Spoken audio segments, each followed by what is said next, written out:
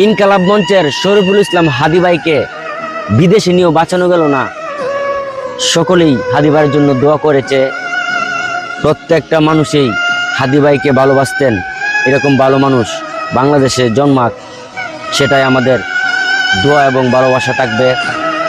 হাদি ভাইয়ের মতো ভালো মানুষকে যারা টার্গেট করে গুলি করে হত্যা করতে পারে, তারা দেশ থেকে অতি তাড়াতাড়ি কেমনে পালিয়ে যায়, সেটাই বাংলার জনগণ জানতে চায়।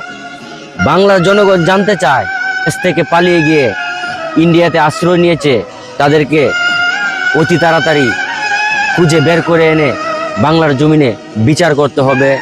কারণ হাদি ভাই খুব ভালো মানুষ ছিল, যিনি কিনা অন্যায়ের বিরুদ্ধে কথা বলতো। হাদি ভাইকে যারা খুন করে ইন্ডিয়াতে পালিয়ে গিয়েছে, তাদেরকে বাংলাদেশে খুঁজে এনে কঠোর থেকে কঠোর শাস্তি দিতে হবে। এটাই বাংলার জনগণ দেখতে চায়।